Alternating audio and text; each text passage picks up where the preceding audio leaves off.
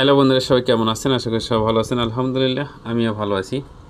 তো দেখেন, এই যে একটা ফ্যান আমি খুলতেছি, ফ্যানটা কিন্তু ঘুরতেছিল না। ফ্যানটা ঘুরতেছিল না বা এখনও ঘোরে না। তো ফ্যানটা কি সমস্যা আমি এই ভিডিওর মাধ্যমে দেখাবো কেমনে ঠিক করতে হয়। অবশ্যই পুরোটা ভিডিও জুড়ে সাথে থাকবেন। এবং প্রথমত বলে রাখি, নতুন হলে অবশ্যই চ্যানেলটাকে সাবস্ক্রাইব করে দিবেন। ইলেকট্রিক সম্পর্কিত সুন্দর সুন্দর ভিডিও উপভোগ করবেন। তো যাই হোক, আমি দেখেন ফ্যানটাকে খুলে নিলাম। এই যে দেখেন, আমি ফ্যানের যে কয়েলটাকে আমি খুলে নিলাম। তো কয়েলের ভিতরে আছে হলো একটা ফিউজ। এই যে দেখেন, এখানটায় একটা ফিউজ আছে।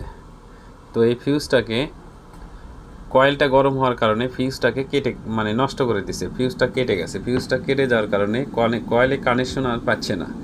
যেহেতু ফিউজের কানেকশন দেওয়া থাকে নিউট্রালের সাথে, সেহেতু নিউট্রাল আর ঢুকতেছে না, যার কারণে আর ফিউজটা কাটা দেওয়ার কারণে নিউট্রাল পাচ্ছে না, যার কারণে ফ্যানটা ঘুরতেছে না। এতে দেখেন, এখানে আমি যে ফিউজটা আমি কাটতেছি, এটা কিন্তু খুব সাবধানের সাথে করতে হবে। তার কারণ এখানটায় কয়েল কিন্তু খুব চিকন তারের কয়েল, সেহেতু খুব সাবধানের সাথে আমাদের ফিউজের তারটা খুলে নিতে হবে। এই যে দেখেন, আমি ফিউজের দুইটা মাথা আমি কেটে দিছি। যেহেতু ফিউজটা কয়েলের ভিতরে আছে, ফিউজটা বার করা সম্ভব না। ফিউজটা বার করতে গেলে কয়েলের তার ছিঁড়ে যাবে, তো ফিউজটা বার করার দরকার নেই। আমি এই যে দুইটা তার কেটে নিলাম। নেওয়ার পরে এই যে দুইটা তারে যে প্লাস্টিক আছে, সেই প্লাস্টিকটাকে আমি চাকু দিয়ে আস্তে করে কেটে দিচ্ছি। দেওয়ার পরে আমি ফিউজের দুই তারকে একত্রিত করে দেব।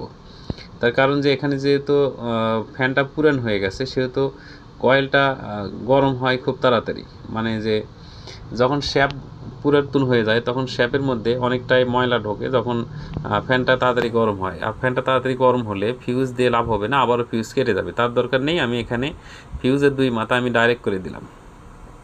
এই যে দেখেন, আমি দুই মাথা ডাইরেক্ট করে দিচ্ছি। দেওয়ার পরে ফ্যানটা আশা করে যায় ঘুরবে। তো এরকমের সুন্দর সুন্দর ভিডিও দেখতে অবশ্যই চ্যানেলটাকে সাবস্ক্রাইব করবেন, বেল বাটন অন করে দিবেন এবং আপনার মূল্যবান মতামত কমেন্টে বলে যাবেন কেমন লাগে ইলেকট্রিক সম্পর্কিত ভিডিও। এই যে দেখেন, এটা হলো ফিউজের দুই মাথা, আর ফিউজটা যদি ভিতরে আসে, খোলার দরকার নেই। ধন্যবাদ।